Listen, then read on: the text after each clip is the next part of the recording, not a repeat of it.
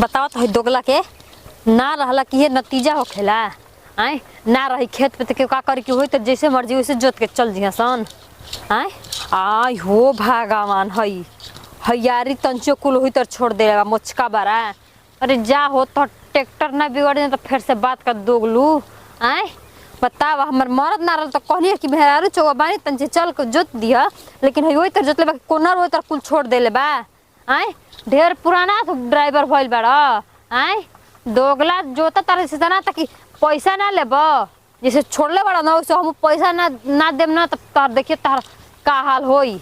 आए बताओ मर्द के जे कहनी कि जोतवा बोआ के जहिया हो, लेकिन मर्द सुने वाला कहाँ बाटे।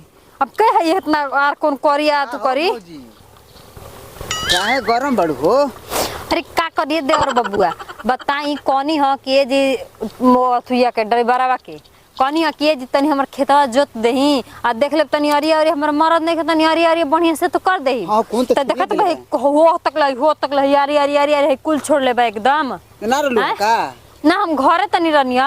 ये तो 1200 के जोताई ले तन साथ छोड़ दे 1200 उनके 1000 ले बेसी देही ना। देख तनी कौन कौन माई के लाल नहीं खेसा कौन ओकर माई के लाल लावा का हमारा से लेता ठीक ना। ए कतु करतन से खेत के बिगाड़ के रखतन से खड़े खेत के बिगाड़ के कहत रह देखत नहीं ख जामी कि ना जामी और छोड़ ले बा हो आ जले जामी ना तो ओकर 1 रुपया देहिब ना और वो देख ले का दिन बा खेत बढ़िया जोते के चाहिए होनी के बताओ ये जे कनिए कि देखा वो हमार मर्द नहीं खन हमार मर्द बाहर चल गइल बा अकेले कटवैनी है हार्वेस्टर वैसे हार्वेस्टर ले कटवैनी है।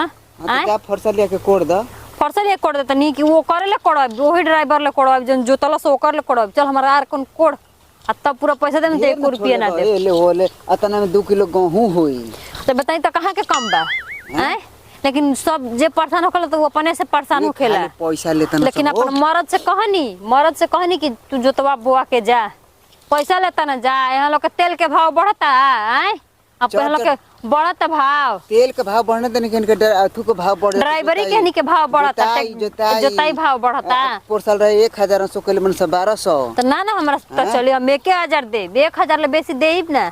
देखत नहीं कौन ले मजदूरा लगा दे वो 300 लेही कि ना लेही है ना लेही आई 1200 एकरा के द 300 होनी के 1500 हो गेला ऐसा छोड़ छाड़ के बस चल द छोड़ छाड़ के चल देले देखा हो जाके जोता देखत नहीं खा तन जाके ओके बोला वो कर लार कौन कोड़वैनी ना तो फिर से बात का देख ले रहुआ एकदम भइल बना ढेर अपना मन के। आए गांव घर के बाना तो कहाइल आदमी के चलो जोत दिहा गांव घर के बाना अपन आदमी बाड़न तो कहाइल ह आवता ये नहीं आवता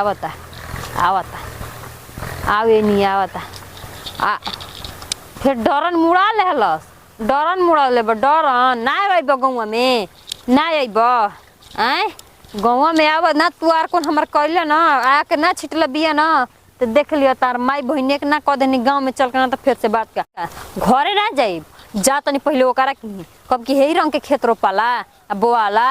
आए जोतले वाला हेई रंग के अबे जा तनी ओकरा की